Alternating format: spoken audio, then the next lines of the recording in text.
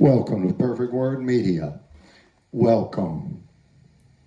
It is October the 3rd, 2024, and the time is 2:16 p.m.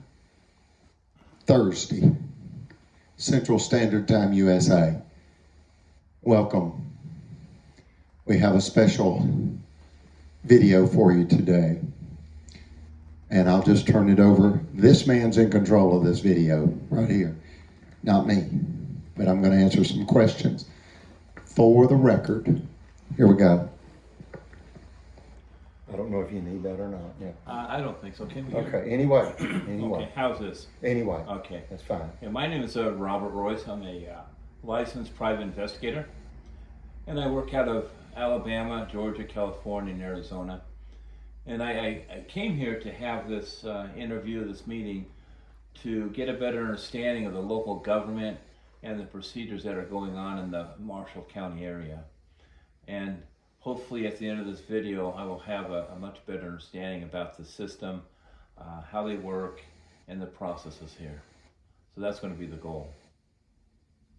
Thank you. Welcome. This is my first time to meet you. And you have heard about Eugenia's justice, and YouTube is a powerful force for good. So welcome, and again, this man's in control of this video. We have King Sonny with us today, and as you know, he is a living ear witness to the fact that the Marshall County officials attempted to entrap me in numerous felony entrapment exercises in order to rob my mother, Eugenia Rogers Johnson Collins. And she signs her federal civil rights criminal disaster cases as Eugenia R. Collins. She is nearly 85 as of November 21st. She was born in 1939, and she'll turn 85. Why is that significant? Well, according to a Google search, when you turn 85 and up is a special category. You're no longer just elderly.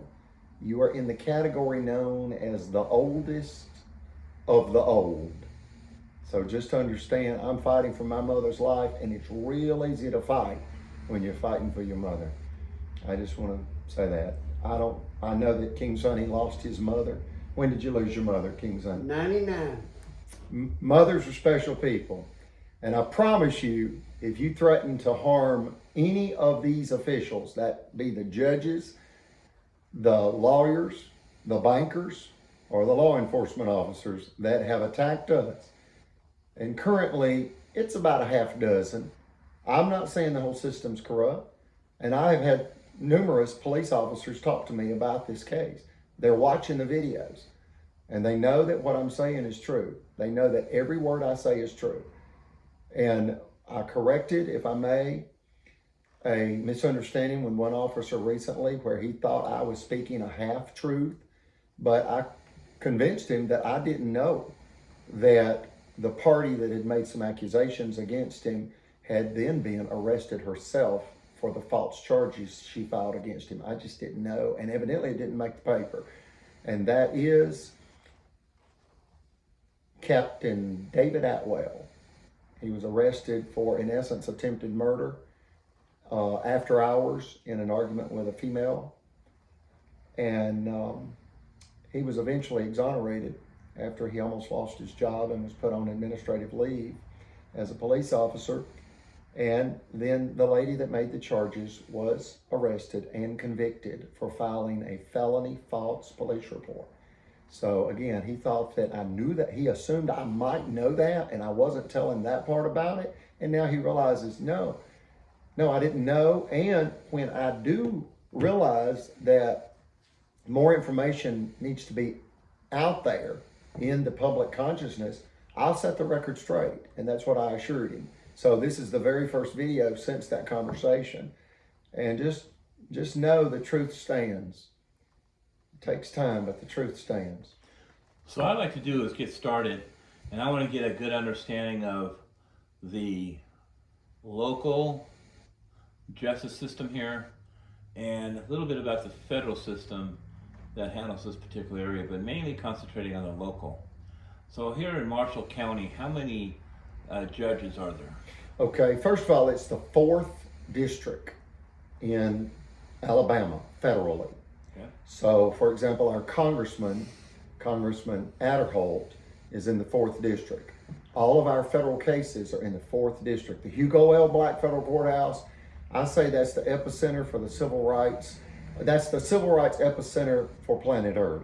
Why? Martin Luther King wrote the letter from the Birmingham jail. And there is a, in essence, multi-billion-dollar FBI headquarters facility for Alabama, just a few blocks from the Hugo L. Black Federal Courthouse. So it's worth your time to see those historic sites. It's about human rights and civil rights. And what's the difference? Human rights are given by our Creator, and civil rights are given by human beings. Now let's talk But about anyway, how many judges? Yes. I'm going to go with a half dozen. in the local. In our story, there are 5 corrupt judges that have all signed illegal judgments. We have dealt with a couple of other judges, but they didn't commit a crime, like Judge Abel. But totally But in this as far as corrupt, there are a total of 5 judges in a county that's 5-0. The number for Marshall County is 5-0, county number 5-0. and they have 5 judges. To my knowledge, they have, I know there's a corrupt district judge, Mitch Floyd, a corrupt circuit court judge that is the senior judge, Timothy Francis Riley. He committed I say felony crime. 2 attorneys said it's not legally possible. He signed a zero restitution order against my mother when she had $40,000 stolen from her, and that occurred when the Supreme Court ruling was released that exposed the corruption of Marshall County. In the Supreme Court of Alabama, with a unanimous verdict, a final judgment order, and it was unanimous, and that's case number 105-1726, Federal Credit Inc. versus Greg Fuller. But I don't really know how many judges there are total. I Now, just know there are 5 in our case. Okay, in your case, in Judge Floyd and Judge Riley, Yes. is it considered superior court? That's considered Marshall County Courthouse. And you got Riley as the senior circuit court judge. And then you have Floyd as the district court judge. And what A about lower court that deals with, property evictions and small claims. I think it goes up to $20,000. what about Judge Abel? Judge Abel, he's a circuit court judge. I believe he is a circuit court judge. And frankly, ain't got no dirt on Abel. I mean, he's never offended me. And also, there's a fairly new district attorney in this county, Oh, yeah. Yes. Miss Bray. Jennifer Bray. God save Jennifer Bray's honorable court. The first female district attorney for Marshall County, Alabama. And it's about Now, darn time. now my Because understanding- it's white supremacy we fight, and that's white male white supremacy, and she'll have no part of that. my understanding is she came from the public defender's office to the prosecutor's office. The Attorney General for Alabama was the prosecutor in Marshall County. When he took the job as the Attorney General, he had her appointed as the district attorney. Is that correct? That is correct. May I add, I've only heard good things about District Attorney Jennifer Bray. I have heard numerous criminal allegations, even in Montgomery, even in Huntsville. These are both by lawyers, numerous lawyers in Huntsville and one lawyer in Montgomery that know Steve Marshall has committed crimes, as he was duly sworn and on official duty, both as the District Attorney of Marshall County and as the Attorney General of Alabama. I ask the good people of the world to keep Attorney General Steve Marshall in your prayers. And I want you to know something. The internet is a game changer, okay? And recently, I'll say a year ago, maybe a year and a half, I read where in a town hall meeting, a lady asked Steve Marshall what his position was on the fact that the U.S. Department of Justice had deemed Alabama's prison system the single most dangerous state prison system in our nation, due primarily to underfunding and understaffing. And in round numbers, it was something like the Alabama Department of Corrections needed 3,500 correctional officers, and they didn't even have 1,000. Something like that. But it's a staffing issue, and it's a sanitation issue. And the U.S. attorney that was releasing his findings publicly said that the Alabama Department of Corrections prison system is not fit for human habitation. It's not fit for human habitation.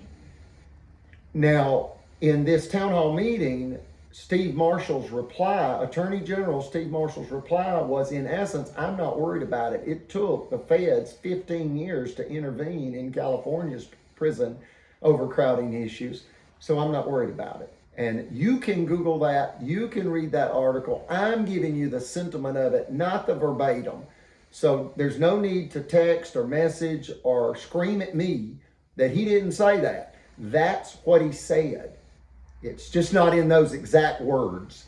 But he said it took 15 years for the feds to intervene in California, and in essence, he wasn't worried about it. And people are being hurt and killed. And frankly, I went to high school with a young man that was released from prison early to die.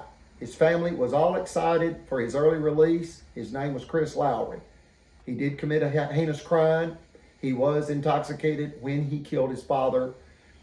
Yet, he was released to die, and he had contracted a deadly strain of hepatitis in this filthy, nasty, drug-infested, violent Alabama Department of Corrections prison system. He was released, and within 9 months, he was dead. He turned yellow, jaundice. It's like having yellow urine in your blood, and his family had no idea they had released him to die.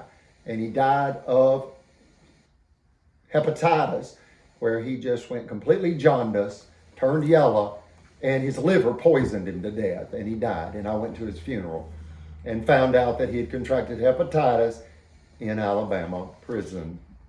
I want to ask you about Judge Floyd. How long, to your knowledge, has he been a judge here?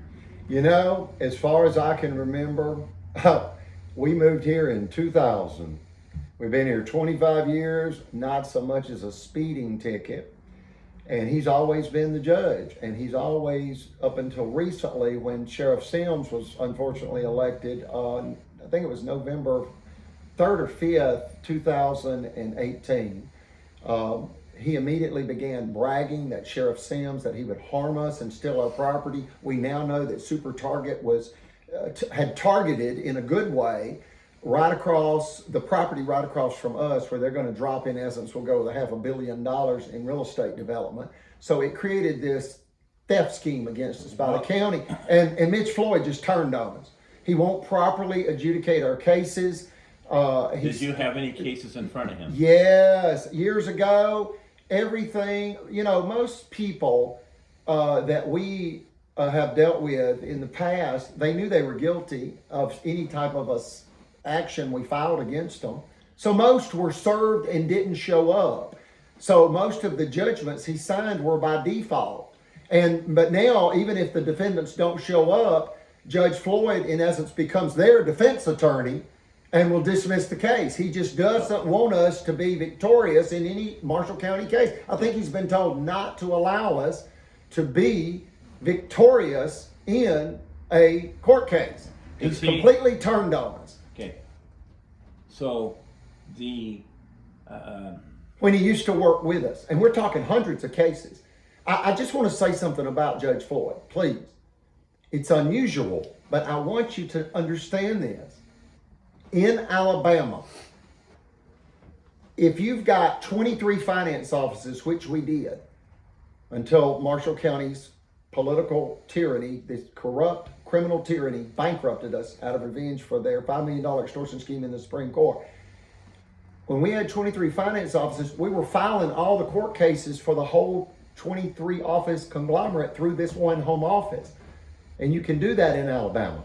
If someone owes you money in an office in Huntsville, you can file it in Marshall County and they will transfer it to Huntsville. So he was handling hundreds, if not thousands, of small claims cases for us. Okay, And he was working with us years ago. He, meaning Judge Floyd. Yeah, Judge Floyd, he handled hundreds, if not thousands, of court cases for us through the years. Up to that point. It's on record. Up to that point, did you feel that he was fair? Very fair. Brother Chappell said he was the only honest judge. And then he even flipped on Brother Chappell. What happened? What happened? Was there a specific incident with Judge Floyd that you could point to that may have triggered something? You know, I think it's when chiropractic Dr. John Allen Smith essayed me. And I don't think Judge Floyd knew whether or not that had actually occurred. And it's one of those situations where when you completely understand everything in its context, you believe me. And this chiropractor is one of the most concerning and dangerous predators in the entire Eugenia justice story. This man has a waiting room designed like a little boy's bedroom, painted baby blue. He caters to little boys. And he essayed me on April 15th, 2019, right after Sheriff Sims declared the declaration of theft against my mother. Okay, now Judge Floyd then flipped at that time, and it was with that case. He didn't want to hear it, and he just kept dismissing it no matter what evidence I provided. I asked for anything, mediation, help. I filed with the ABI in Huntsville in writing and the FBI in Gadsden in writing because I could not go to the city and or county because I knew they had ordered and or condoned it and that they were involved in it directly and or indirectly. And I explained that in essence to Captain David Atwell about 3 days ago when he explained to me that I had in front of the Marshall County Courthouse created a video whereby I explained that he had been arrested in this, in essence, attempted murder case with a female. But I had not explained that he was exonerated and the allegations against him were a lie. Well, you got to understand that I brought that up to him and he said, I just want you to know that I had absolutely nothing to do with whatever happened between you and John Allen Smith, the chiropractic doctor. And I just want you to know I would never hurt you. You think I have. I said, well, you were on my mother's property after hours, you know, with an employee, ex-employee's office key. And you and she were trying to come in the office after the office was closed and she hadn't worked there in over 2 weeks. You had no warrant. And it appeared, you know, something nefarious. Okay, then the next time Brother Chappell and I saw you at Albertville City and in front of a police captain, you threatened me. And you said, if you don't keep your mouth shut, I'm going to put your ASS in jail.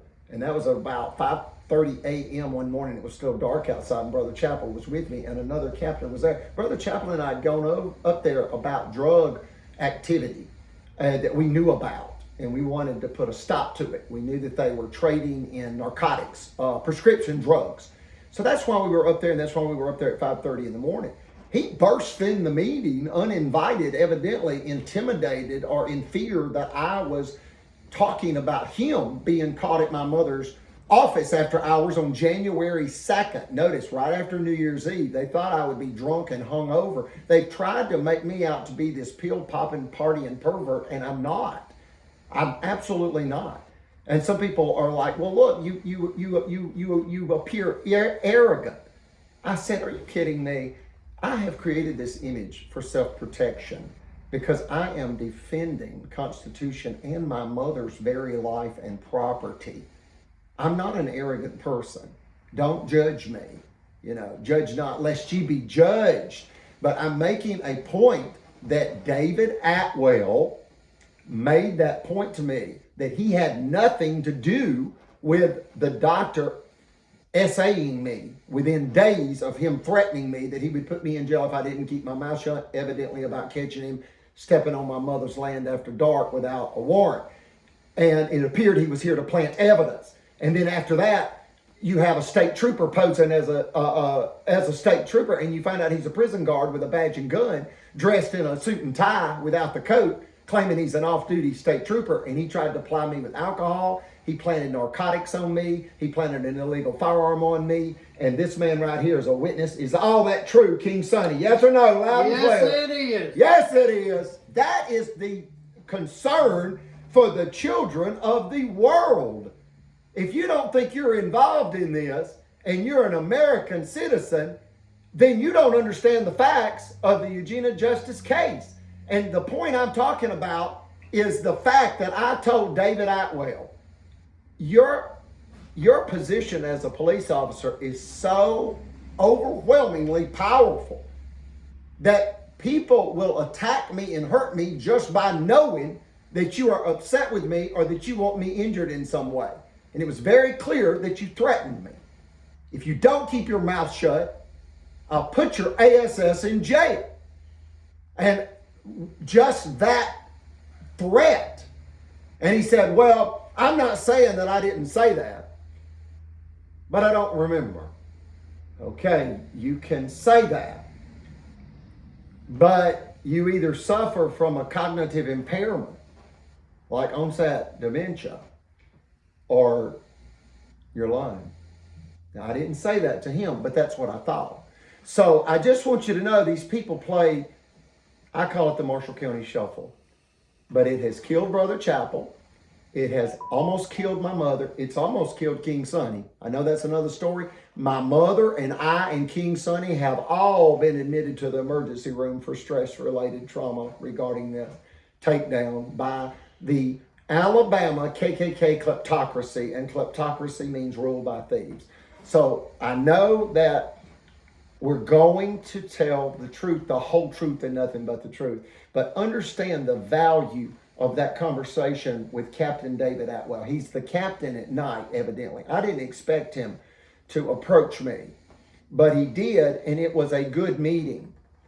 But I want you to understand the value of it. He wanted to make sure that I understood that he would never hurt me, is what he said, and that he had nothing to do with whatever happened with the chiropractor. And I said, when an officer, through even nonverbal communication, expresses contempt and anger at a civilian, it was unjustified. He had been lied to, evidently, possibly by the girl that got him to come in down here. I don't know. But I'm simply telling the people and you, and as I told him, I'm not saying that you directly ordered me SA'd out of retaliation. But what I'm telling you is you didn't have to. You showed anger toward me. And someone else got it done for you, whether they told you they got it done or not. They did it. And it created PTSD in me. That is permanent. That is permanent. There's no cure for PTSD. There's only treatment. Another question about... It's about precedent. That's the point. It's about precedent. This whole story is about precedent. And it's like when Judge Riley issued zero restitution, it created a precedent that my mother was not worthy of justice. And the truth was she had opposed and exposed the Alabama KKK kleptocracy in the Supreme Court of Alabama. They completely and totally and unanimously sided with her with no financial redress, even after she had statutory immunity denied her, granted her, frankly, by George C. Wallace, Governor George C. Wallace. He's the one that issued and enacted statutory immunity in the use of a 10-day bad check notice. Marshall County, Alabama is violating federal law, state law, and that means the law of Alabama that is passed by the legislature and endorsed and thereby passed and enacted by the governor. You've got to understand that is the crux to this case. These judges in Marshall County, and currently it's Riley and Floyd, they are violating the law of the land, law that the Alabama legislature decided would be the law, and decided through the governor and the Alabama Constitution of 1901 that specifically in Section 35 provides protection for the Alabama citizen against tyranny, against abusive government. The founding fathers of Alabama wanted the citizens of Alabama to be protected as much as the United States Constitution wants the American citizens to be protected. And Alabama has a problem in Marshall County. It is criminal tyranny, and they're violating laws passed by the entire legislature of Alabama. They decide who can be protected by law. They have gone way above the law. They're out of bounds. And they're trying to end my mother's life by way of stress and financial ruin and social disgrace. My mother will be exonerated of all these allegations, as will I, and she will be exalted on this earth and restored to her proper standing. She is a godly Southern lady, and they tried to besmirch my mother, and it must stop before they kill her. They're using old KKK tactics and new Nazi warfare tactics against my mother. And it must stop. They want revenge for my mother opposing them and exposing them in the Alabama Supreme Court. When she filed that, they came to destroy her. When she took it out of Marshall County and to Montgomery County, they knew my mother would get justice.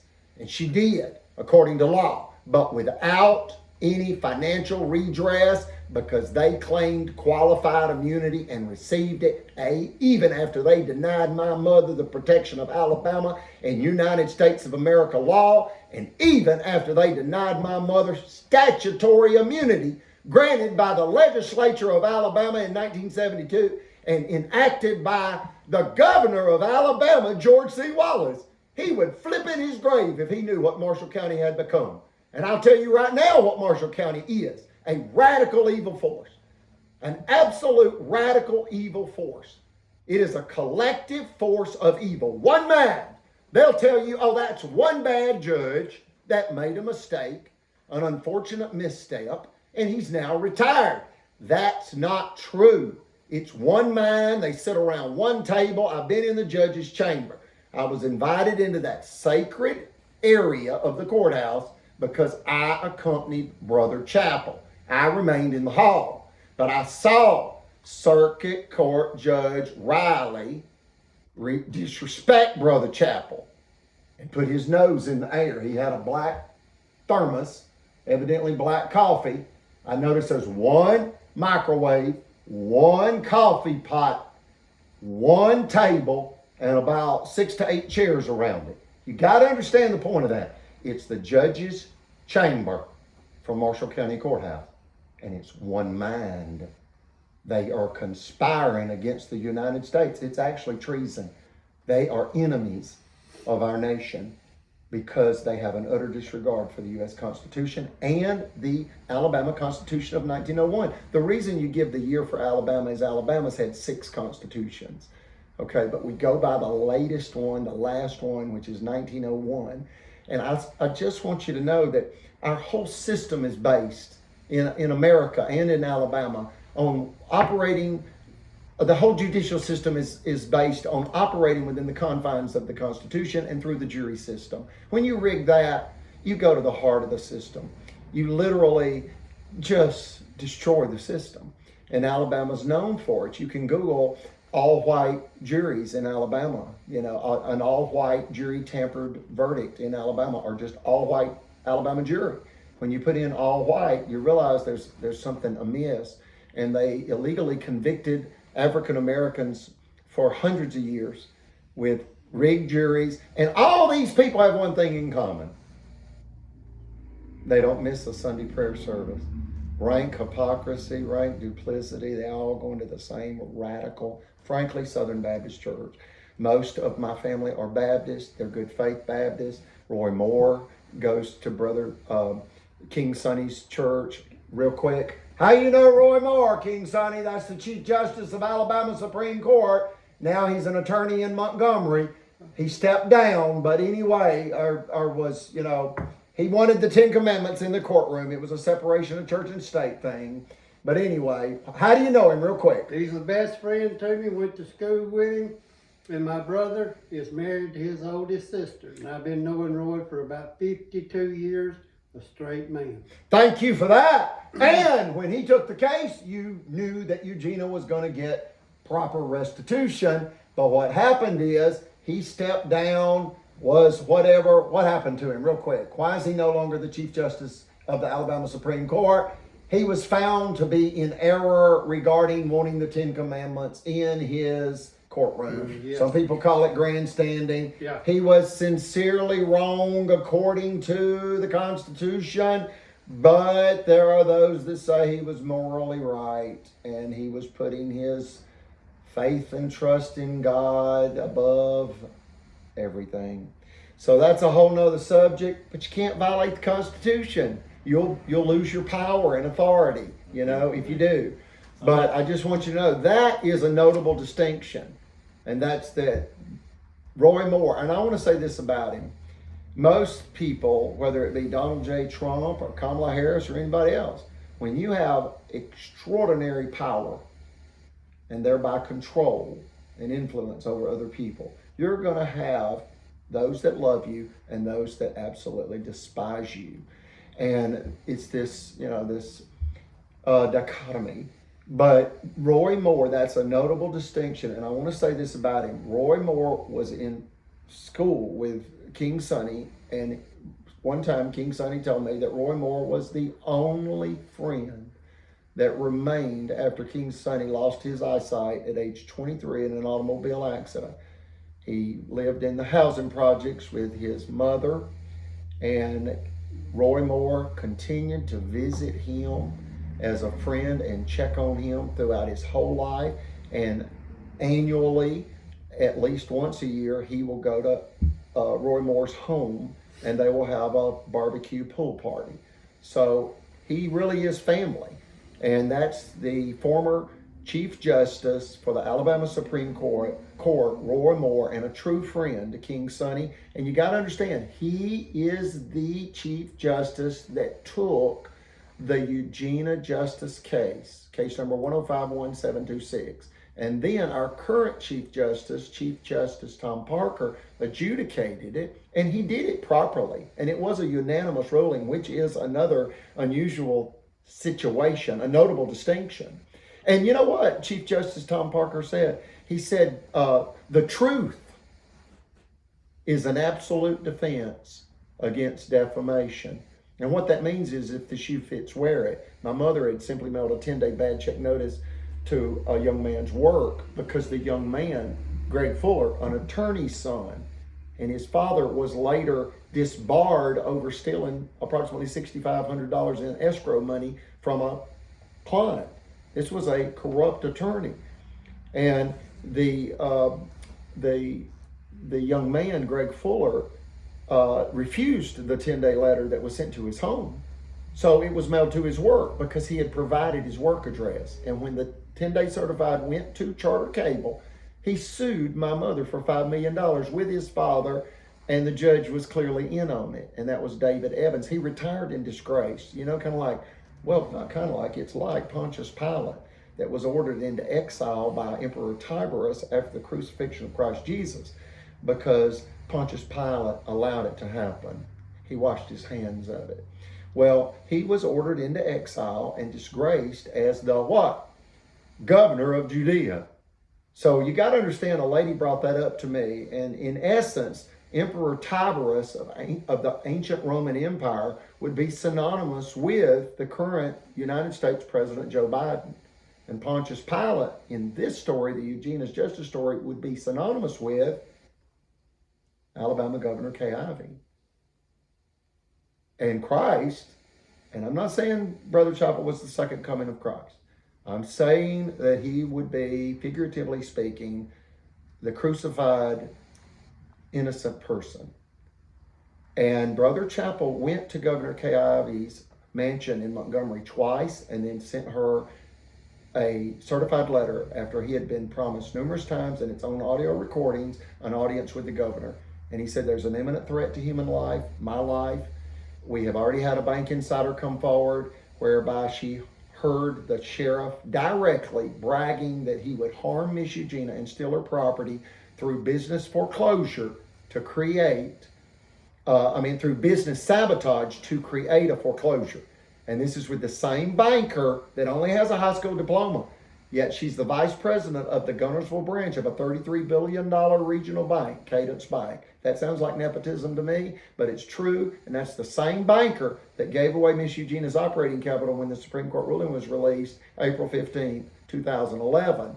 And Steve Marshall's district attorney's office, through Ed Kellett, the assistant district attorney, awarded Miss Eugenia zero restitution. And that is the current senior judge, Riley, that did that. And two attorneys, one in Montgomery, that's Brock Boone at the ACLU, and Cynthia Renee Wright in Huntsville, Alabama. They both said this is not legally possible in Alabama. Specifically, what's not legally possible?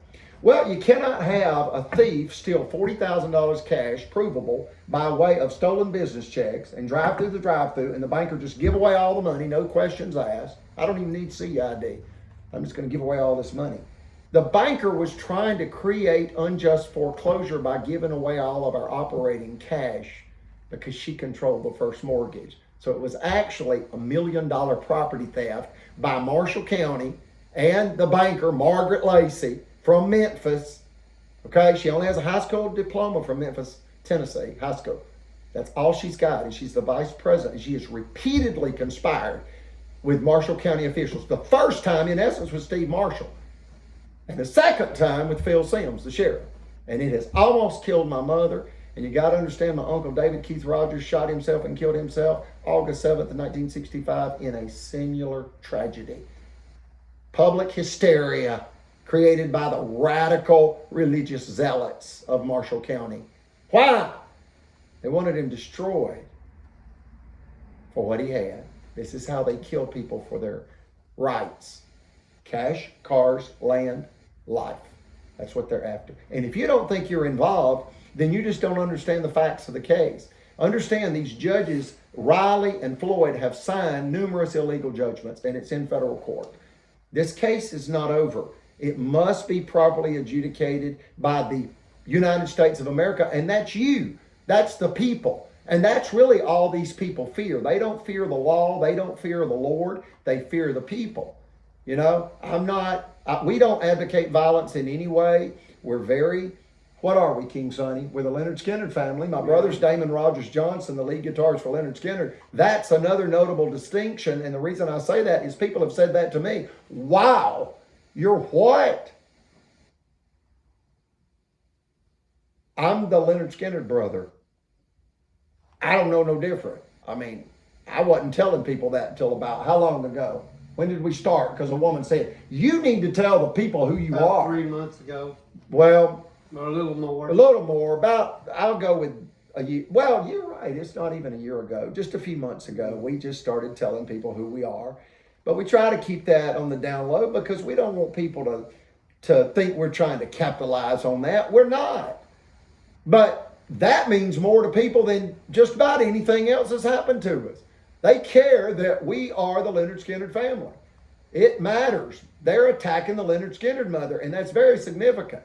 And I asked my mother about a year ago, I said, Mother, you know, most people's favorite Leonard Skinner song is Sweet Home Alabama. What's yours? She said, it's Freebird. You can't have a sweet home if you're not free. So I said, Mother, I appreciate that. You're right. Freebird. See, my mother's not free. She's imprisoned by the white male white supremacists of Marshall County. They want the death of my mother. You know, we've survived a attempted killing. This is a targeted killing by the state of Alabama. And we need you to contact Washington, D.C. FBI and Birmingham FBI. Reference this YouTube channel and tell them we got to get past this. We're better than this as Americans. And now they're killing World War II veterans and Alabama cotton farmer's daughter for their cash, cars, land, and life rights. See, we have the right to not be hindered by the government. That's actually something that Brother Chappell explained to me that just blew my mind. His great-grandfather was Kaiser Wilhelm II, Germany's last emperor. His ancestors resided in the Crown Prince's palace. The prince, as in male, the Crown Prince's palace of Berlin, Germany, for about 250 years. That's Brother Chappell's family. and he swam with the Rockefeller family in the Hudson River from age 5 to 11 because his grandmother became the chief executive housekeeper for John D. Rockefeller. And why am I talking about it? Brother Chappell told this to Mitch Floyd at a Republican rally in Gunnersville, and less than a year later they stressed him to death. And it was Mitch Floyd that threatened Brother Chappell with jail, as well as an illegal $4,000 judgment against Brother Chappell to be paid to the chiropractic, criminally perverted chiropractor John Allen Smith. He is a criminal sex offender because of what he did to me. He should not have access to anybody. He needs his license revoked, and I ask you to also reach out to the chiropractic board in Montgomery. When you read what we filed, you realize this happened. And it happened because the county was aware that Super Target was moving across the property, the highway property from us. Super Target had decided to buy 20 acres right in front of our property.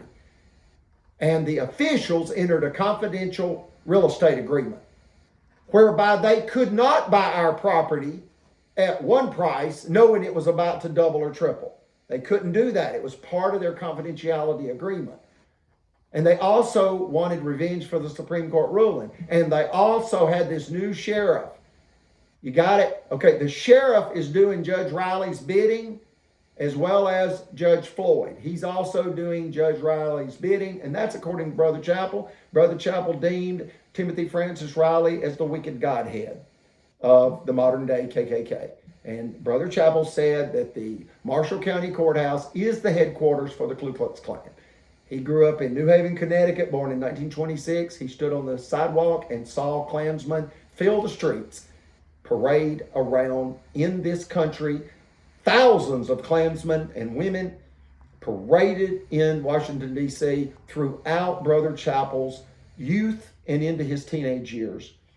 He was born at a different time and in a different dimension, so to speak. He said the controversy of his time in New Haven, Connecticut was the few people that owned automobiles in conflict with the majority of the people that traveled by horses and mules. The vehicles were loud, they would backfire, they were fast, and the owners were wealthy and arrogant, and they would come through town and it would create chaos. And that's the world he grew up in. You know, I told him, I said, what was a bag of horse feed? He said, 80 cents for 100 pounds. I said, do you realize a bag of sweet feed is $28 for a 40-pound bag now? He said, only the wealthy have horses now. See, he was a horseman, as am I. I grew up breaking horses, as did he. And that's something else we have in common. He's German, I'm German, my family's German. My mother's name is Rogers, her Hofreister Rogers from Berlin, Germany, and her mother's maiden name is Roden, also Germanic. And that I just want you to understand the racial component to this Eugenia's Justice story, please.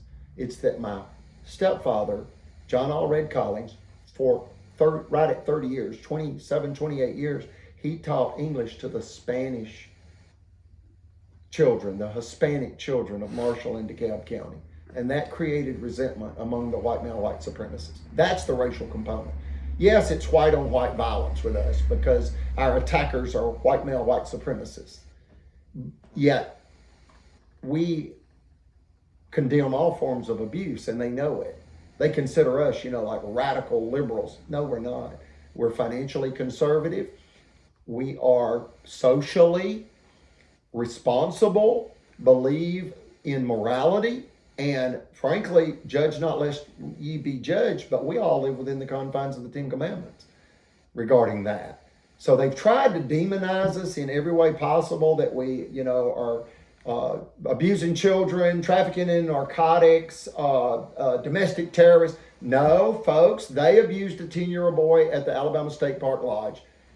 Did they, yes or no, King Sonny? Yes, they did. All that's filed. You need to look that up, please. You got the sheriff abusing a 10-year-old boy to spite my mother, and it's because he had actually declared the declaration of theft against Miss Eugenia. Okay, in a conspiracy with his banker girlfriend, Margaret Lacey of Cadence Bank, and then his banker boyfriend, and I'm not talking about any kind of nefarious relationship. They're just friends. So You know, Chris Bailey's his boyfriend and Margaret Lacey's his girlfriend.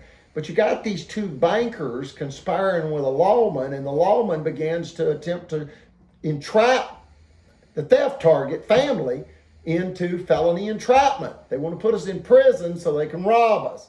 Folks, this is Nazi Germany stuff, and it's very dangerous. If they get away with this, you're going to have people disappearing in the wee hours of the morning. What you're not going to know is their home quietly drifted into foreclosure at the Marshall County Courthouse, and their vehicle quietly was repossessed by the banker that also foreclosed on the home. You gotta do this one, America. You can't let this go. Federal Judge Brian Turner said, I'm familiar with your case with Judge Axon. That's Federal Judge Axon in case number 421 CV 519 ACA. But let's be clear, verbatim by Federal Judge Brian Turner, he said, Mr. Johnson, I'm familiar with your case with Judge Axon. It's historic. And I said, thank you. I didn't know what else to say. Immediately, when that conversation was over, I Googled the word historic, and just to clarify, I mean, I have an idea, but it says specifically important to history or potentially important to history. And if this story gets the light it deserves, it'll be taught in law schools and Western civilization history classes throughout our land, as it should, because no home is safe. No home is safe when you've got this kind of criminal tyranny in play. And again, they don't fear the Lord, no matter what they say. With a prayer on their lips, they don't fear the Lord. Look at what they do, not what they say. It's rank hypocrisy, rank duplicity. They don't fear the law. They have this knowing that's beyond belief that they're above the law. They learned the law to rig the system. And they know what they must rig to rig the system. And it's two things: the jury and have a disregard for the Constitution.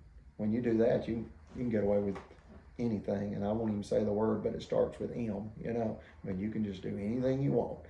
And don't think for a minute it's not about theft. It can all be summarized in one word. It's theft. They've attacked us again because we stopped them stealing $5 million in an extortion scheme. That's what happened. They don't want you to know that. They fear exposure to the public. And I'm not advocating violence, but it's a Marie Antoinette moment. Just study the French. America's never had the guillotine, but we have had firing squads. I'm not advocating violence. These people need to quietly be sentenced to life without parole in a federal penitentiary. They'll be safe. They can do this, and you can do this. And what is that? They can do life without parole in federal custody. And you can bring Eugenia justice. And we ask that you do that. Okay, any statements, King Sonny? Has everything I've said been true? Yes. Yes or no? Yes. Okay, are you a living ear witness because you're 100% blind? True. To just about everything I've said. Yes. For example, you weren't with me when I spoke to Sergeant David Atwell, No. that's a captain at night. He was a sergeant. He's a captain evidently at night.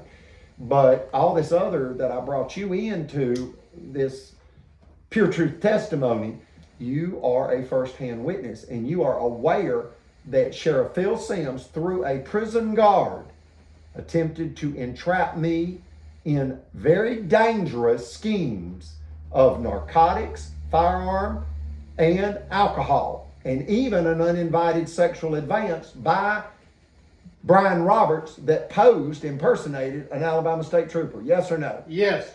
Boom! Folks, a lady at the Dollar General at High Point, you heard that too. Why don't you? You didn't know that I was going to bring that up. You talk about a public safety hazard. What did the lady say at the High Point Dollar General? And have we said we were going to bring this up in this video today? We've not said anything about bringing this up, Have we or have we not? No. No. We've not said we would talk about High Point Dollar General. Just briefly, what did the mother say to us after we were backing out of the Dollar General? And she walked up to the limo and said, "Aren't you the man that does the videos in front of the Marshall County Courthouse for civil rights?" Yes. And I said, "Yes." And she said, "Well, I knew you were.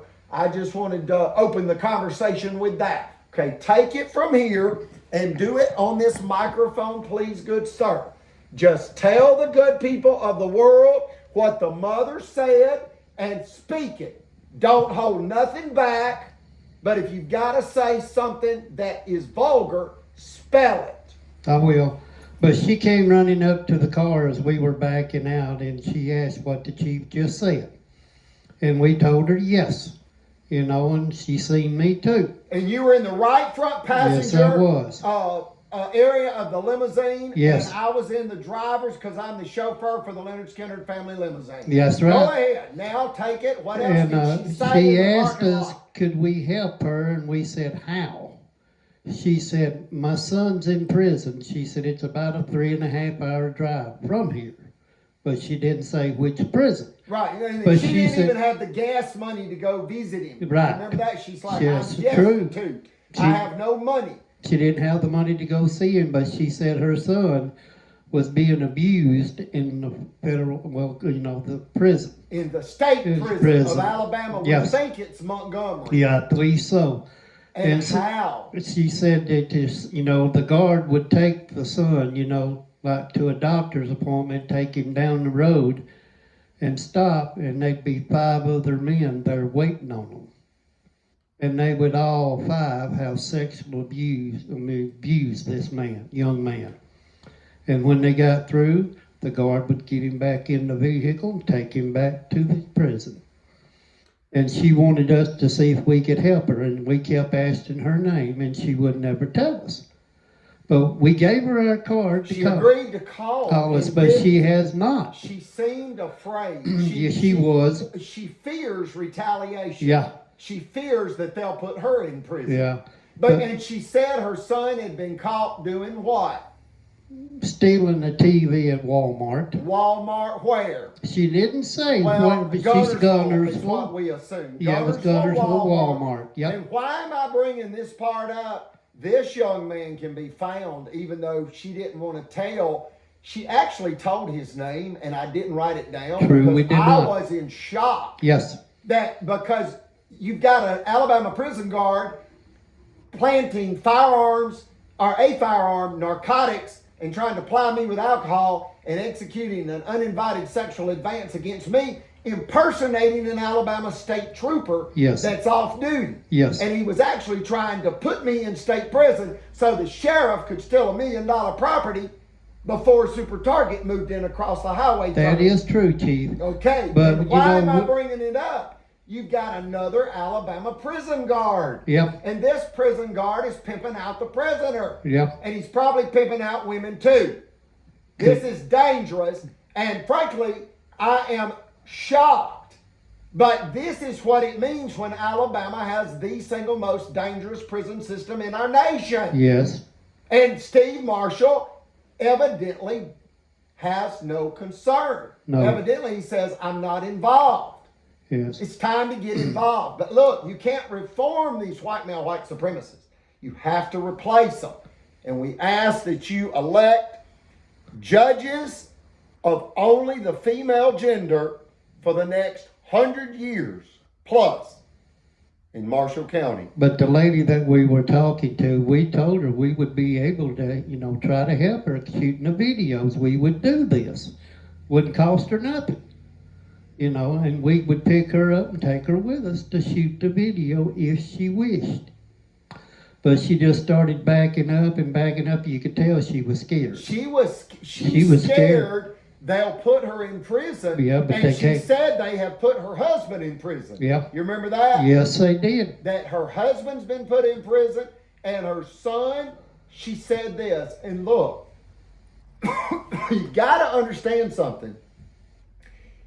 She said that and you remember what I asked her? I said, would you please, I said, I don't care what your son is doing. but he's not to be abused. Right. I don't care what crime he's committed. The state has custody of him, and he's not to be further abused. Right. While in their custody, he's to be reformed. Yes. It's the Department of Corrections, Yes. not the Department of Unusual, what? What do you call it in the Constitution? Cruel and unusual punishment. Yeah. It's not supposed to be the Alabama Department of Cruel and Unusual Punishment. It's supposed to be the Alabama Department of Corrections. But what did I ask her about her son's history as a human? Or do you want me to tell Do you? tell. Okay, because it, but when I say it, you'll remember. I said, just tell me, has he ever had a methamphetamine problem? You remember that? I said, Yeah. has he ever had a meth problem? She said he did get around a bad crowd, and he did have a meth problem. I said, okay, look, a lot of young men in Marshall County have. And until the police get a hold on the drug problem, they're not going to have proper control of the people. Don't Right. you agree, Keith? Yeah. That the root of all this is all this drug and gun violence that's going on here in America that has spilled over the border. It used to just be primarily in Mexico with the drug cartels, and now you're seeing you got to understand this about that. Please, I know a young man that's just received amnesty because he was kidnapped by the drug cartel. His late model truck was also stolen from him at machine gun, the threat of being killed by machine gun. So they stole a $20,000 truck, and his family had to pay a $20,000 ransom, and then he got amnesty. And what I am bringing that up for is the problem with Mexico's crime is the drug cartel conspires with corrupt officials. And in essence, they can murder somebody, and if a police officer's watching it, they can hand him $5 or $10 grand, and he'll say, I didn't see nothing. You see that? Well, you've got an American version of these criminals conspiring with the officials. And understand, it's 4 groups. The first 2 are state agents, the judges and the lawmen. That's Judge Riley, Judge Floyd, and Phil Sims specifically. Then you've got another group. That's the civilians, but they're corporate executives. That's the bankers and the lawyers. You bring those 4 together, you're going to have people disappearing in the middle of the night. Yeah. And you're going to have their home going into foreclosure quietly. You're not going to know it. But And then you're going to have their vehicles going into repossession quietly. And this criminal syndicate, this American mafia-style criminal syndicate, has become dangerously greedy. It's beyond cruel, unbridled greed. It is cruel, unbridled death. Yes. They kill people's rights, their lives. It's materialism, it's egotism, and it is run amok in Marshall County. Yes, And but- we need help, or we're going to lose our democracy to these tyrants. And let's be clear. In my opinion, Jefferson Davis should have been tried and convicted of treason after the Civil War. I know that's controversial, but I don't think the Capitol riots of January 6th, 2001 would have happened if Jefferson Davis had been tried and convicted for treason. Mm-hmm. But Chief, And let me please make my point, please. Please let me make this point. This is treason, what these people have done. In the Civil War, people said the South's committed treason against our nation. And only about 42 years after Alabama had been admitted in the Union by who? President James Monroe. Okay? But please understand, and under the guise of a school of ministry, President James Monroe was duped. He didn't know it was this radical religious white male, white supremacy stuff. Brother Chappell said it's radical Islamic terrorism with a Christian twist. Well, it drug us into the Civil War, and it's dragging us down again. And just to understand this about white male, white supremacy. When the blacks were freed in 1865, the Ku Klux Klan was formed. When the women received the right to vote, there was a backlash, and the white male white supremacists said, according to God, women are to submit to men, they're not to be involved in politics, and in essence, they're to be domestic slaves. No, they're helpmates and they're equal in spirit to men, and they have rights now, property rights and whatnot. That's why we say only humans of the female gender should be elected to Marshall County high office, and especially the judges, for at least the next 100 years. And the Marshall County Courthouse must be converted to what, King Sonny? Say it. Well, really, we need all women.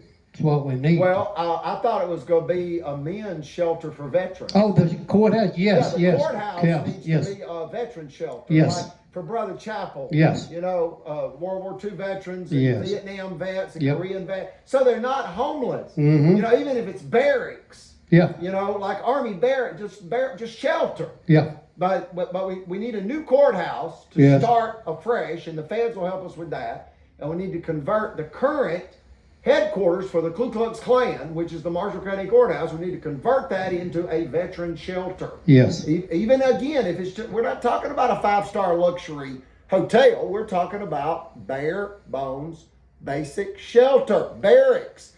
Even if it's temporary, but no veteran should be homeless in the United States. Yeah. So understand my point.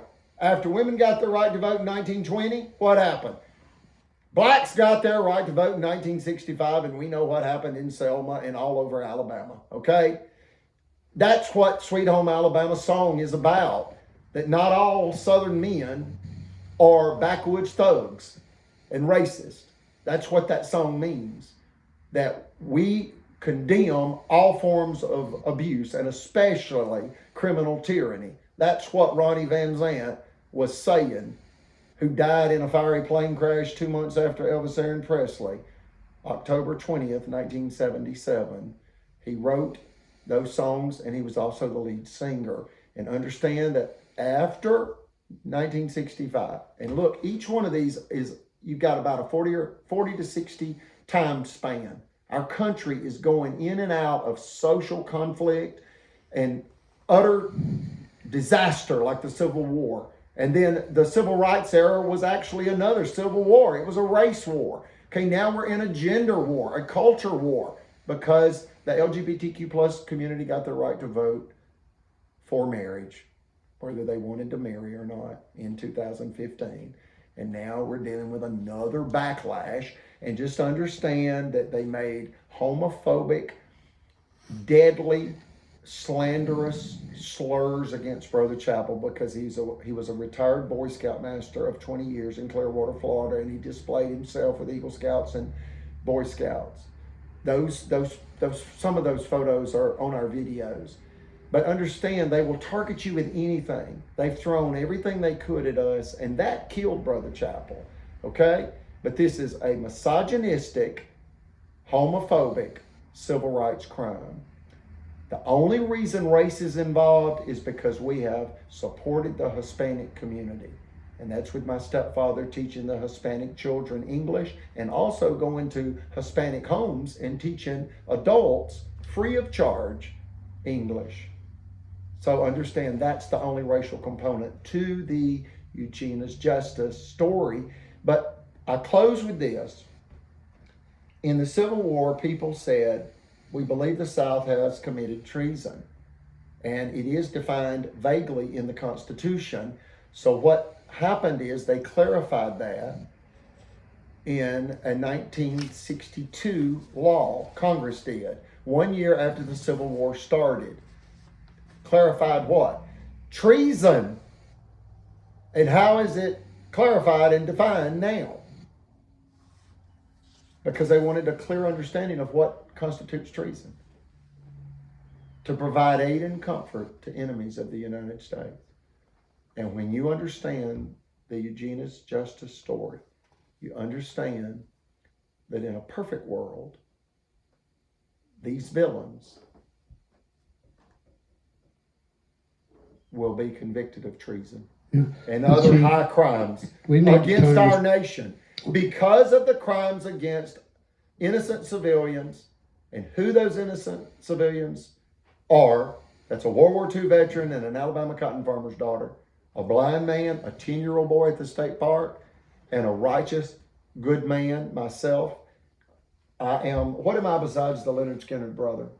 What am I? If my mother is an Alabama cotton farmer's daughter from 1939, no running water, no electricity, working an 88-acre cotton farm, and all her brothers and sisters, 12 of them, all born in a modest 2-bedroom farmhouse that still stands, and the country doctor arrived on a mule or a wagon drawn by a mule, a wooden wagon, and paid with food for delivering those 12 precious children to those German cotton farmers in Alabama.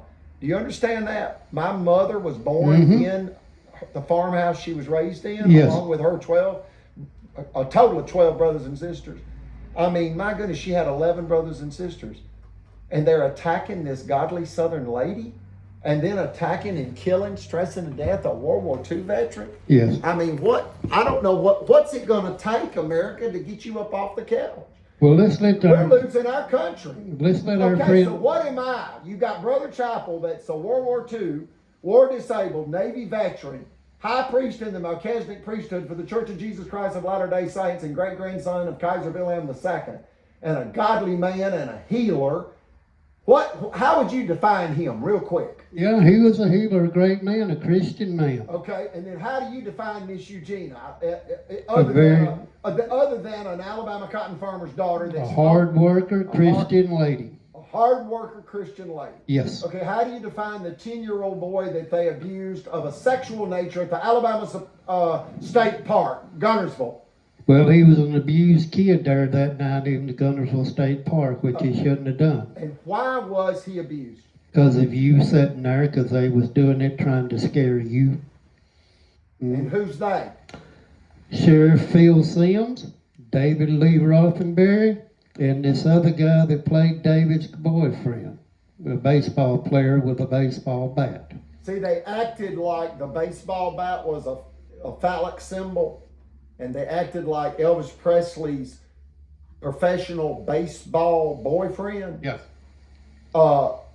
When they took care of business, when Elvis's wife Priscilla was out of town on Hump Day Wednesday, it was an adult X-rated comedy skit, and it wasn't funny, and it was designed to spite me simply because they know that I appreciate and admire the work and legacy of Elvis Aaron Presley. Yes. He received 3 Grammys, all for spiritual music. Those are the only Grammys Elvis received was for his spiritual music.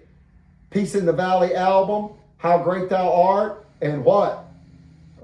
So the album Peace in the Valley. Amazing Grace. Amazing You got Grace, yeah. Grace, How Great Thou Art, and then Peace in the Valley was the album. We just appreciate Elvis. And they've tried to make the Leonard Skinner family limousine this rolling den of sin.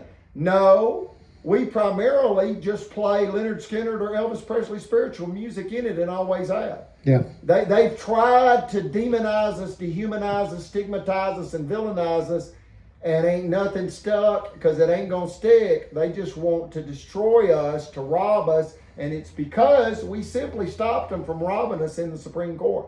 If we hadn't gone to the Supreme Court, Marshall County would have sent badges and guns to illegally seize our property because they had a jury-tampered, all-white Alabama jury. All you got to do is Google that. All-white Alabama jury, illegal verdict. And they would have illegally seized our property with state-issued badges and guns. If we hadn't gone and asked Chief Justice Roy Moore to take our case, they would have robbed us. Okay? They've now retaliated because the Supreme Court did the right thing, and it's their ruling. One man said this about that. They're mad at you, and it wasn't even your ruling. I said, you got it. It wasn't my ruling. It wasn't my ruling. That's the unanimous Supreme Court. Take it up with Chief Justice Tom Parker. He adjudicated it. Take it up with Chief Justice Roy Moore. He chose to take the case. You got to understand the Supreme Court. They receive 3,000 or 4,000 cases a year and only adjudicate a few, relative few, because they micromanage every element of that case. And I want to say one thing about that. I remember, because it was a defamation case, the Supreme Court was so thorough, they even said no false information was found on the envelope, the 10-day notice, or even the return address. And then they quoted First Credit Finance Corporation, 10745 US 431, Albertville, Alabama, 35950 USA. No, there's no false information there. If you don't know what that means, the Supreme Court is saying Marshall County got caught robbing a finance company.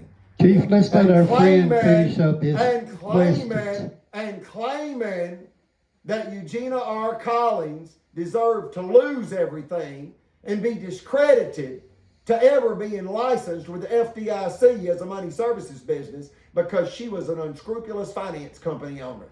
Do you understand what I just said? The Supreme Court said they sued her for $5 million for defamation. They called her a liar. They are liars calling her a liar. Not even the return address had any false information in it. Do y'all get that? Do y'all all get the thoroughness of the Supreme Court?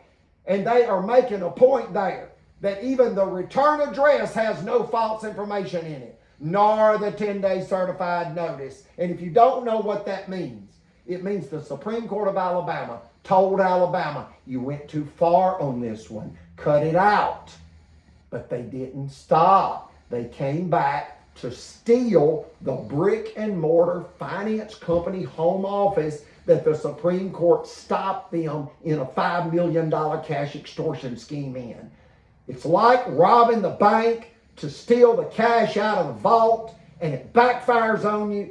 You wait 8 years, and then you are caught in a real estate scheme trying to steal the actual bank building, parking lot, and mailbox, and building itself. If we can't have the cash out of the vault, we will win in the end by stealing the dirt, the parking lot, the building, the windows, the doors. We're gonna get the bank if we can't get the bank's cash. You get it? And because it was owned and is owned 100% by a female, they believed they had the God-given right, and they believe they do to this day. Yes. Okay, now what? You described the young man, the little 10-year-old boy. You described Brother Chappell. You described Eugenia. Describe yourself as other than a blind man, or the fact that you, what are you? What is your knowingness, so to speak, of yourself? Well, I know everything that went on, because I'm... You're a witness. Okay, witness, what else? How do you describe yourself?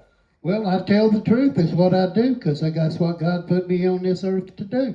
And I walk with Him and I talk with Him because I know there is a God and I believe in Him. So that's what you're supposed to do. You believe in Him and know that, well, there is one. You walk with Him and you talk with Him and walk in His footprints. So could you say, and I know this is what you're saying, but in a simple way, that you know what you are and you know who you are? Yeah. And that is a child of God. Yes. And you have received power with authority from the Son, Christ Jesus, through His atonement.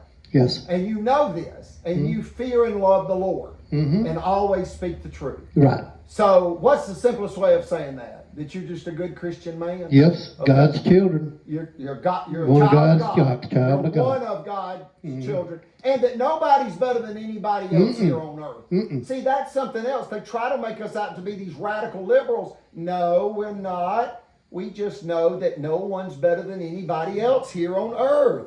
This white supremacy has got to stop, because in essence they say, you can't do everything I can do because I'm privileged, because I'm white, and I live in Alabama. That's got to stop. It's collective criminally insane, and it's killing people because it's actually just a theft scheme. They steal people's cash, cars, land, property. Somebody asked, what's the difference in land and property? Property is land with buildings on it, okay? And they just steal people's lives and their rights. And they believe they're above the law. Put these people in prison. Put the walk of shame on the sheriff. Yes. What else you have to say? Well, how do you describe me? Let's close with that. We covered Well, a very Christian man. You tell the truth and you walk with God too. You're one of God's children. And how long have you known me? 25 years. Look at that. This man knows. Have we not been together, I mean, all over the South? Like Yes. Memphis and Tennessee and Georgia. Mississippi. Yeah. We traveled the South together. Yeah. You know me, and when we have stayed overnight, we get separate rooms. You're right. And Brian Roberts wanted to get a room with me and one bed. Yes. And that was odd. I told him no, that wasn't happening. That he would not. You would not do that. He was on a mission. Yes. To try to smear me. Do you agree with that? Yes. And he was a liar and an imposter. And he claimed he was a what? A state trooper when he was just a prison guard's all he was. Look at that. A state trooper. And look at this. How did he prove to us he was a state trooper? At restaurants. With his badge. And what else would he do at restaurants when we would pay, or when I would pay? He would do what? Like at Western Sizzling Fort Payne. Oh, he would tell them that we deserved a discount. Why? Because he was a state trooper. So we would receive how much off? A great deal. How much? Do you recall? No, not even. I paid for it. It was 10% off. Yeah. He would tell the manager that he's an Alabama state trooper, off duty, badge and gun. He'd show his badge. He'd flash the badge. Respect the badge, folks. This is a dangerous civil rights crime. Yes. The Marshall County Courthouse is a civil rights disaster area because of all the illegal judgments that have been signed down there. And then the Monroe compound right here at 10745, US 431, Albertville, Alabama, 35950 USA is also a federal criminal civil rights disaster area because of the crimes that have been committed and the killing of Brother Chapel here. Yes. And the near killing of me. Our building has been set on fire 8 times in the past 2 years. This is how they do it. They try to, it's domestic terror. That's what this is. This is domestic terror. So, King Sonny, any other statements regarding, statements or questions? No. We just need to let our young man here ask his questions to finish up here with us. Okay. That's what we need to do. Okay, we're going to do that now. I just want to thank you for your pure truth testimony, and I would also like to take the moment here. Robert Ross, is that right? Royce, like Rolls Royce. Yes, sir. I want to thank you for allowing me to video it.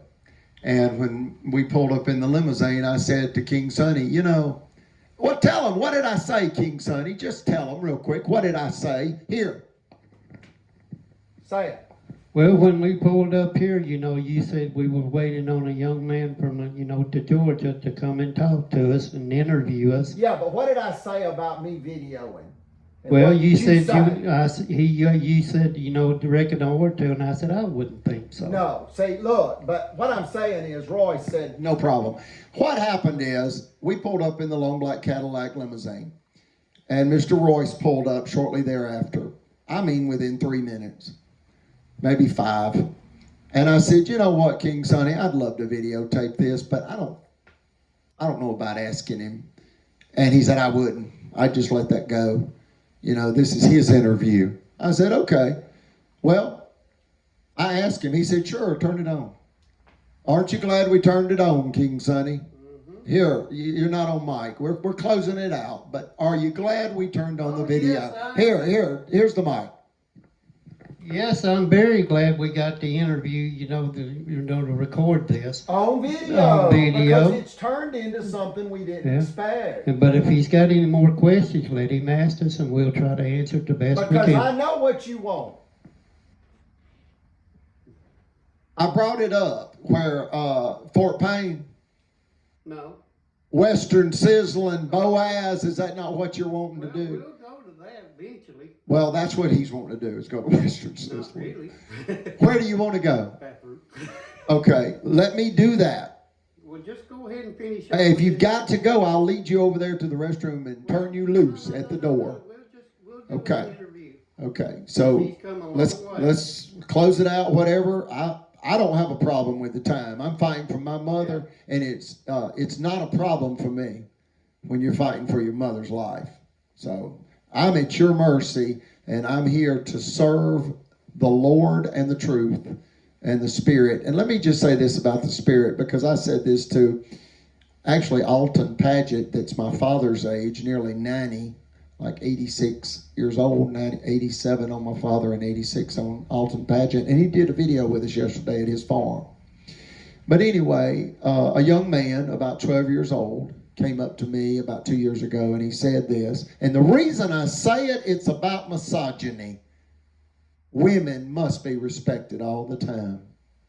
And this young man said, Brother Johnson, he knew I was in the church, and he said, Brother Johnson, you know the Holy Ghost is a woman.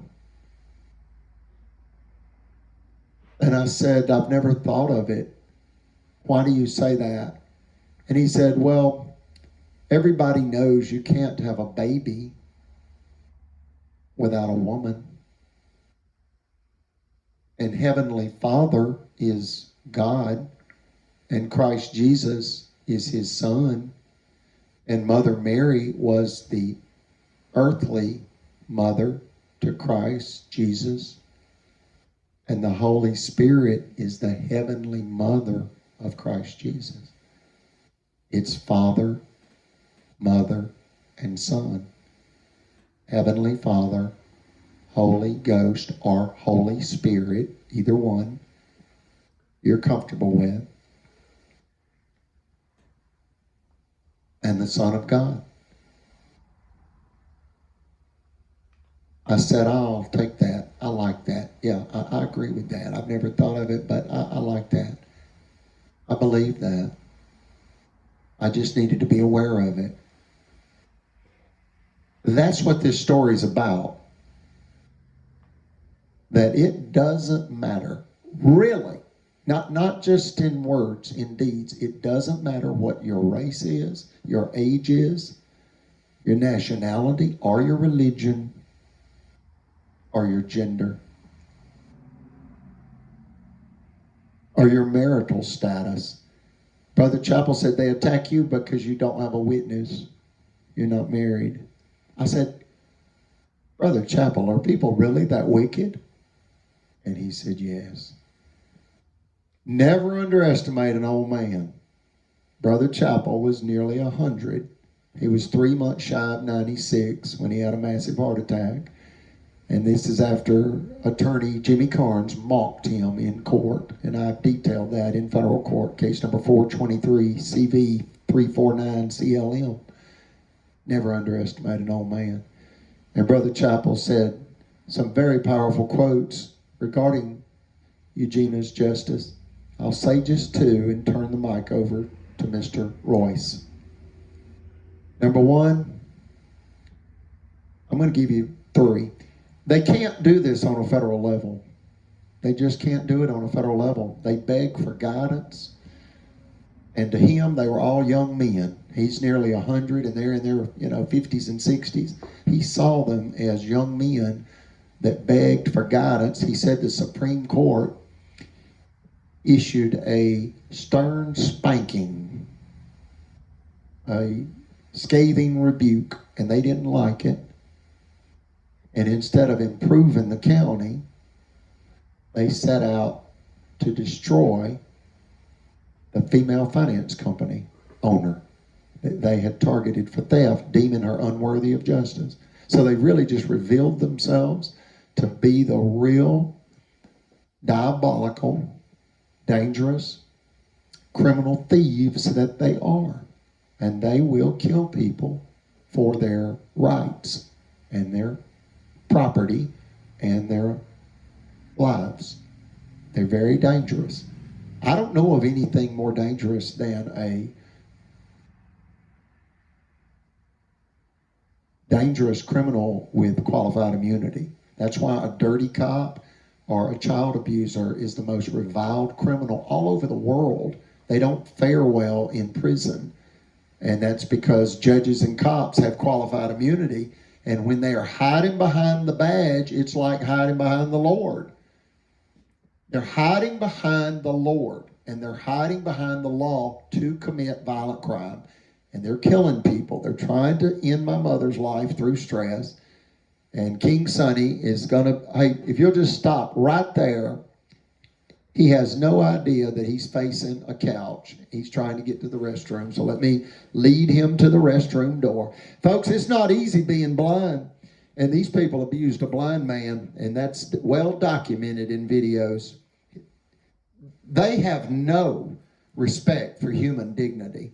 They have lost their humanity, not just their credibility. And I'm referring to the villains in the Eugena's Justice, civil rights, criminal disaster. Here we go. King Sonny. This way, you got two couches here, and you'll turn left. And have it over to the left. It's okay. You go through one door. I got it. Go right through that door. One more door. No need in turning the lights on, folks. It's lights off for him 24/7. And you know something that people have said to me numerous times in my 25 years of knowing him, and especially women, they say, he gets around so well, I don't think he's completely blind. And I think they're just trying to be funny, because what the women, and it's just been about 3, I go, why would you say that? And they say, well, I think he says he's blind so that these women don't really know that he can see them. I said, that's insane. You can see and you're calling him a liar? He's blind, I promise you. It's double jet black. His nerves to his eyeballs was severed. His skull crushed in at age 23 in a very bad car accident. He was almost killed. He'll never see again until he reaches heaven. And he has that knowing and that relief, that peace, and that is that his sight will be restored in heaven. And that's what keeps him going. The hope of heaven. So, Robert Royce, you just take it whatever you want to ask. I know this has taken a little bit of another turn here and there, but you know, it's all the truth, and the time is 1:27. And we did an hour-and-a-half video in Pinson yesterday with 4 family friends that have known me for around 2 decades, you know, and the King Sonny. The reason they call him King Sonny, his name is Charles Keith Barksdale. When he became blind, people nicknamed him Sonny because he has such a optimistic disposition and very positive. He's a very sociable person. And when people began to find out that he is literally one of 3 original Elvis Aaron Presley Memphis Mafia members, because he met and interacted with Elvis Aaron Presley in the 70s as a truck driver in Las Vegas. And then in Birmingham at the Birmingham Jefferson Civic Center, Elvis Presley's chief bodyguard, Sonny West, inducted him in a formal and dignified ceremony into the original Elvis Aaron Presley Memphis Mafia. So when he was then renamed King Sonny, that's a nod to the king of rock and roll. And if you notice, his glasses say TCB on it, and his crucifix, he has a fascination with Elvis. And he primarily listens to Elvis. How many songs? He primarily listens to Elvis music. And we've been to Graceland many times, haven't we, King Sonny? Oh, yes. Okay, come on forward. So, you know, once he went to the restroom, he can make it back out. But he's 100% blind, and he's perfectly okay. Go a little bit to the left, and there's your chair. To the left. To your left. To your left. No. To your left, yes. To your left. That way? Go left 2 feet. That way? Yes, sir. That's my right. I'm sorry. Oh, goodness. Look, I'm tired. Forgive me. Forgive me, please. Straight ahead, right. It's my left, your right. I misspoke. We're backwards. I misspoke on that. Thank you, I Tom. consider Thank that you. an unfortunate misstep. Fist bump on that. Don't worry But about look, it. notice I didn't want you to keep going the wrong way. Yeah. Okay, I yeah, appreciate to that. your left. Okay, you can tell I need to eat. I've not eaten anything all day. Join the crowd. I'm looking forward to Western sizzling, but whatever. I don't have to eat. I can just eat And by you got 8 any more o'clock. questions you want to Hey, look. His only concern was the bank by 5, and it's 3:46. Does that give you a little bit of relief there? Yeah, it's 3:46, and the bank closes at 5. Because as we were walking through, he said, "All I need to do is the bank," and I said, "Okay, all I need to do is the bank." Well, we've got an hour and 15 minutes to do the bank, and the bank is about 3.5 miles away, so no worries. All right. No worries. I can get that I'll get- memo. It's loud and clear I'll on get the going. mouth. You have to go the mic close. Yeah, I'll get going here. It's okay. For the people viewing throughout Georgia and Alabama, I do a lot of checking on governments, small rural governments, and they all have one thing in common: is there's a lot of questionable activity that they engage in. Not It's all. about a corrupt system. It's very corrupt. Yes. Most, not all, but most of them are in it for themselves. They violate the city charters, city ordinances, state laws, and everything else they want to do, and federal law too, for mostly personal financial gain. Yeah. Materialism, egotism, and it's a racket. If I may just say one quick thing, and I promise you it won't be a minute. Recently, a high-powered journalist was referring to politicians in Washington, D.C. and throughout our country, and he made a very important point. He said about 30 years ago, many of our elected officials lived modestly and even in the same communities with the common folk.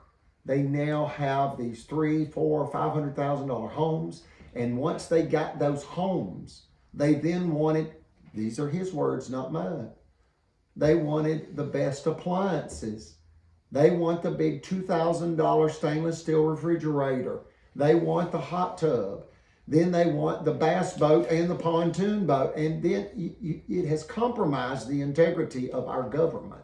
It And has, that's but- why, and now they're living like kings, and they're no longer a public servant. They're a king, and now they're bending the rules to maintain this lavish lifestyle. And But he how do said they it's do it? I'm It's gonna tell you. materialism, and they do it through crime. They do it this way. It's very common for anybody watching. Look at your local politicians. Many of them have LLCs on the side. Interesting. Many of them have nonprofit organizations on the side. And what do? Builders, developers, and others, they can legally donate to the nonprofit.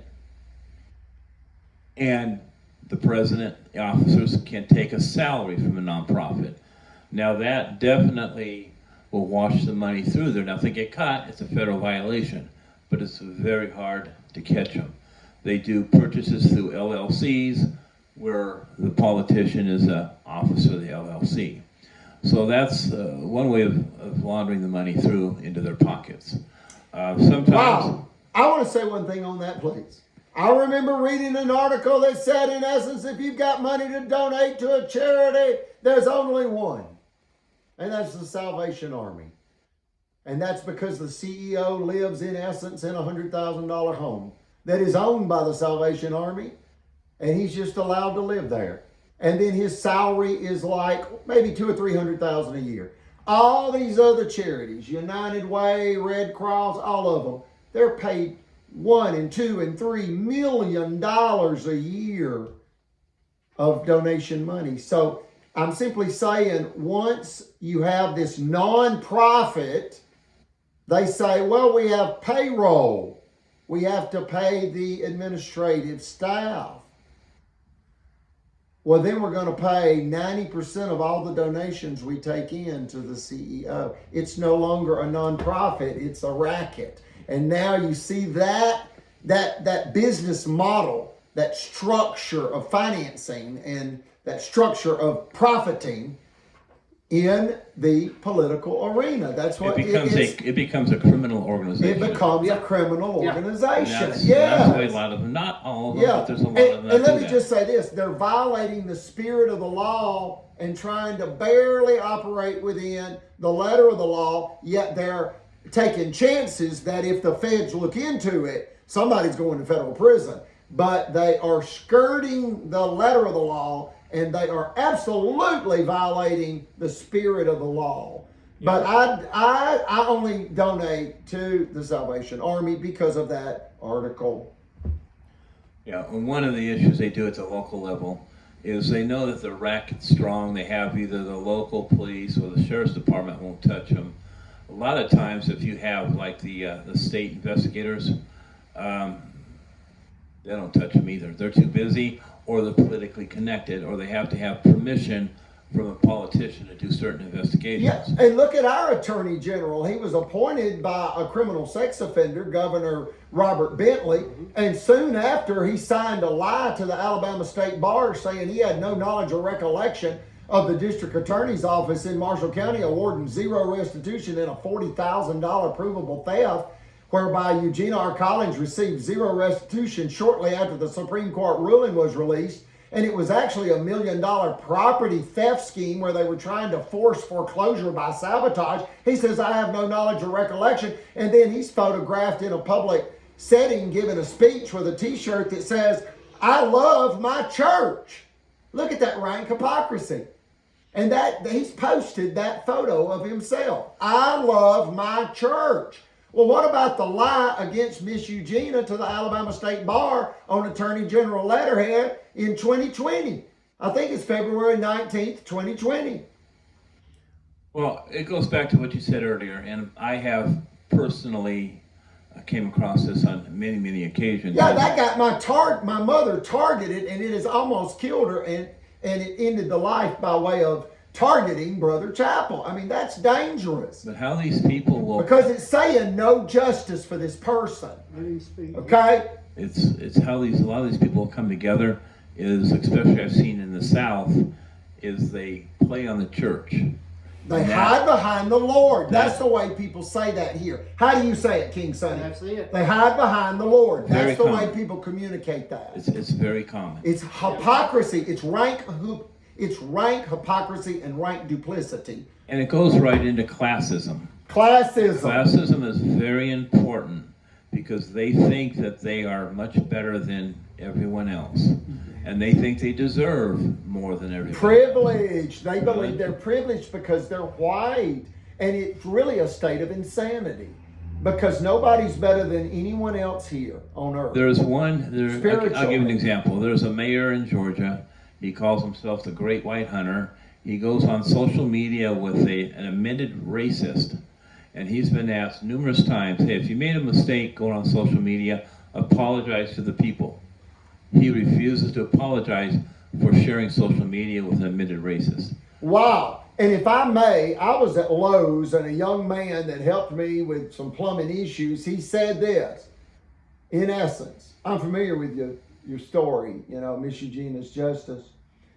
And I want to recommend a song. It's by DC Talk. This is what he said. What if I stumble? And so I pulled up the song on YouTube when I got in the vehicle, the limo, and it displayed a quote before the song. I'm just going to read that quote because it's about hypocrisy, and that's what this young man is saying. These young people get this. This guy's probably 28 years old, and he gets it, and he realizes that if something's not done quick, he'll have no country.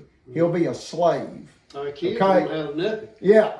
So anyway, just this quote says the greatest single cause of atheism in the world today is Christians who acknowledge Christ Jesus with their lips, then walk out the door and deny him by their lifestyle. That is what an unbelieving world simply finds unbelievable. It's a level of rank hypocrisy that just shocks the conscience, that these people are making such a mockery of the Lord, and the Lord will not be mocked. The Bible says that. The Bible says this. How dare you trust your own cleverness? The Lord will not be mocked. You will not outthink the Lord. You better live right, and you better love and fear the Lord, because the Lord will not be mocked. And these people mock the Lord. They mock the law. And what else do they mock? They mock the people that elected them. That's who they mock. And that's who they really fear. They don't fear the feds. They don't fear the Lord. They fear the people turning on them, just like Marie Antoinette. When the people turned on Marie Antoinette, and it's these words, let them eat cake. You got to understand the short version of that. The people of France were starving. They didn't even have porridge. And what is porridge? Dry oats, as in oatmeal that's just dry. And they didn't even have dry oats, even dirty water to put in dry oats to eat. They were starving to death in France. And a man said to Marie Antoinette, the people are starving in the street, and she's living this elaborate lifestyle. And she's got all these decorative cakes, gourmet cakes, decoratively made, all this gourmet food. And she laughingly says, oh, let them eat cake. Well, when the public heard that arrogance and that she was just criminally insane, tyranny knows no restraint. What did they say about Queen Marie Antoinette, the Queen of France, King Sonny? Say it. Off with her head. Off with her head. And she went to the guillotine. So anyway, the public, they don't put up with it. Look, the world, which is the public, they demand felonious leaders fallen. They demand, ultimately, their leaders be honorable and courageous. And felonious leaders fallen. In other words, the public, the world demands wicked leaders brought down, just like Adolf Hitler and other leaders. They run for a while. Hitler just had a 12-year run, folks. It was a short run. Alabama wants to emulate him in all this glory. It was not good. You know, he was a lunatic. He was a drug-addicted lunatic, diabolical psychopath. And he only had a 12-year run. The devil runs on short term, and then he's brought down. Don't let them bring our democracy to ruin. In closing, in helping here, I got to start at the local level and get a good understanding of what's going on. So I'm kind of looking for anybody out there who also has had contact with Judge Mitch Floyd and has experienced any kind of discrimination or behavior that was abnormal for a judge to display. I would like to... If I may, Yes. He was caught, and it can be verified, and it was several years ago now, but he was caught stealing palm trees, and I believe it's in Gulf Shores.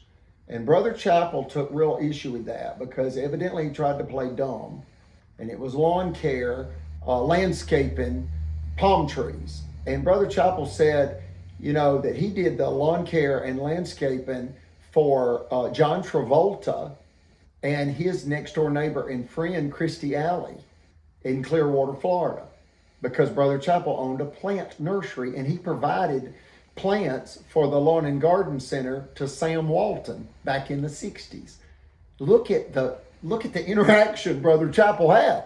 But he said those palm trees, he said, I can remember selling them even in the 80s for $2,500 a piece. Well, Mitch Floyd was caught stealing one or more palm trees And it was because evidently, this is what I've heard, but it could be looked into, okay? But they found out he was in law school, and the charges were either reduced or dropped. And that really should be looked into, because I believe he may have some type of a character flaw. Some people have impulse disorders, and I have a degree from Auburn, and I can remember in psychology, and I can remember the professor one time saying a gambling addict is not only not curable, but it's an inherited trait. And in essence, I said, Professor, are you telling me that humans are born with the propensity to play blackjack and poker? I don't think you're telling me that, are you? He said, not at all. They're born with an impulse disorder where they can't stop themselves. And that can bleed over into, for example, sex, drugs, money, which is gambling or spendthrift. And then I add two more. He ended there, sex, drugs, and money. Well, I add radical ideologies, whether that's political, religious, whatever, and revenge. And if you can't control your urges, you can't control your impulse disorder. If you have an impulse disorder, and that comes from fetal alcohol syndrome, if your family or your ancestors are alcoholics, you can have these impulse disorders. Or if you are if there's been inbreeding in your family. And I'm not saying any of that applies to Judge Mitch Floyd. I'm simply saying that it has been confirmed that he was caught, and it's my understanding, in a felony crime of theft several years ago. And if he hadn't been in law school, he would have probably gone to prison. But it was told to me that it was expensive landscaping plants. You know, like where a landscaping company left some palm trees out overnight to be planted the next day with a backhoe. Well, he backs up a truck, evidently, whatever type of vehicle. He loads up these expensive palm trees, either in Gulf Shores or somewhere there near the coast. And he was caught and arrested. And frankly, he has told this story in part because I overheard it. And then I have asked people, what's that about? And they said, oh, if he hadn't been in law school, he would have gone to prison. And then Brother Chappell said, look, those palm trees are like $2,500 a piece. In the 80s, they're probably $4 or $5 grand now. Mm-hmm. How many palm trees did he steal from the landscaping company? And again, I don't know what kind of plant it was or what they were valued at, but I overheard him saying that he was arrested. And if I remember correctly, it was not lawn care equipment. It was lawn care landscape plants that was left out evidently overnight. And he's going to play dumb and say what? What would he say, King Sonny? He would play dumb, definitely, and say, I didn't do it. Well, if they caught him red-handed, what did we say? Well, I thought it was what? free. Free, as in what? Maybe trash. Yeah. That was out near the road. I figured it was free. Yeah. I figured it was debris, free debris. No. Let me tell you what the feds say to that. You knew or should have known, turn around, we're handcuffing you. Gonna cuff you and what, King Sonny? Take you into jail. Yeah, okay, lean over, you're out of the camera there, King Sonny. Just lean over toward the table and we'll close it out, but you need to be in the video. And if we could, just gather our thoughts whenever we're ready. We're gonna at least do taps unless King Sonny wants another closing song, No, choices. No, taps will be fine. Just taps, Yeah. okay. Any other statements, questions, just, anything at all? I've got the time. Thank you for sitting down with me. He said, thank you for sitting down with me. And the reason I grabbed the mic is I've had people say, look, I could hear you, but my volume was wide open and the other two people I couldn't hear, and I just quit watching it. Why? Because I couldn't hear the other two people. You got a problem with your audio. It's not my phone, it's your audio. And I said, well, maybe you need a Bluetooth external speaker. And he said, well, maybe you need a microphone all the time. I said, well, you're probably right. So we're trying to get the word out loud and clear, okay? But I think you've heard this one, don't you, King Sonny? Mm-hmm. Does this one come through loud and clear? Yes, it does. Okay. Yeah, just again, thank you for sitting down with me. And I'm the voice of Eugenia. Why do I say that? My brother wrote a song, The Voice of Eugenia. Damon Rogers Johnson wrote The Voice of Eugenia. And it's about this, folks. It's not as glamorous as you think. I promise you, my brother, being the lead guitarist of Leonard Skinner, would tell you that I always speak the truth. He loves me. I miss my brother. He's on tour. But he would also tell you it ain't easy being a famous rock star. It's a lot of hard work.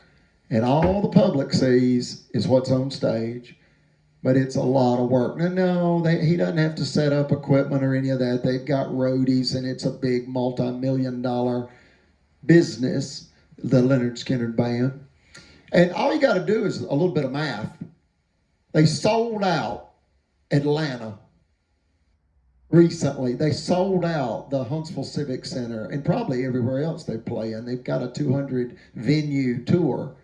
But when we went, King Sonny and I went over and saw Leonard Skinner at Huntsville, you know, full backstage passes and all that. But anyway, all you got to do is realize that the cheapest seats there were basically $100 a piece, and some of them were $500 and $600.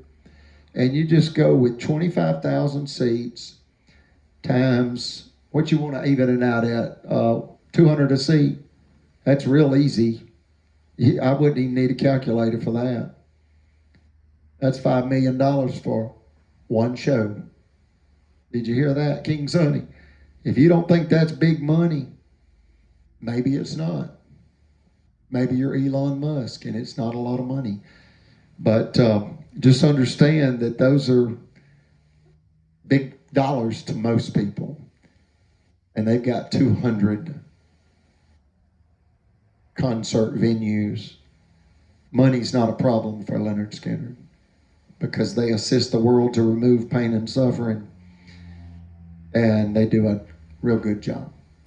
The world loves Leonard Skinner. It's the greatest Southern rock band of all time. The greatest rock and roll band of all time is a toss-up, depending on how you do the math, and that would either be Led Zeppelin or the Beatles. And again, it depends on if you look at album sales and different ways of calculating that. But there's no dispute the greatest Southern rock band of all time on planet Earth is Leonard Skinner. That's the greatest Southern rock band of all time. And read the lyrics to the song, Things Going On. It's talking about political corruption, and the message is clear that the politicians really don't care about the common folk. It's a racket.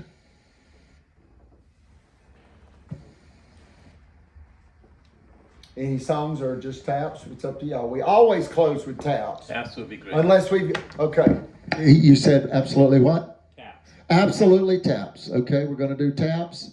We had a police officer recently say, I watch all your videos and I know when they're at the end because you always play taps, and it makes me think of my grandfather that was a World War II veteran. I said, yes, sir, we'll always play taps. I like that Lee Greenwood, what's the name of that song, King Sonny? I know it, I'm asking if you do. God bless the USA. You got it. But we'll just pass on it today. Pass on Whitney Houston's Star Spangled Banner too. Well, Mr. Royce? Taps. Just go with taps. Here we go. Taps, okay.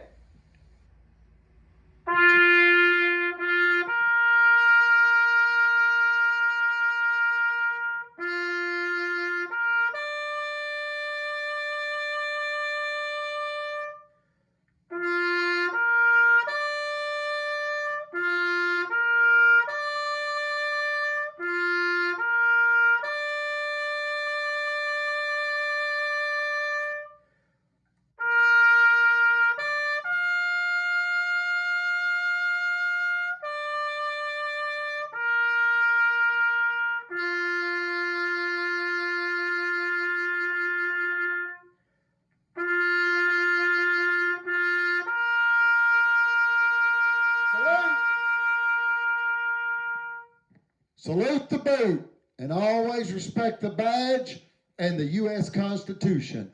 Our U.S. military has spent tremendous, unmeasurable blood and treasure defending the Constitution.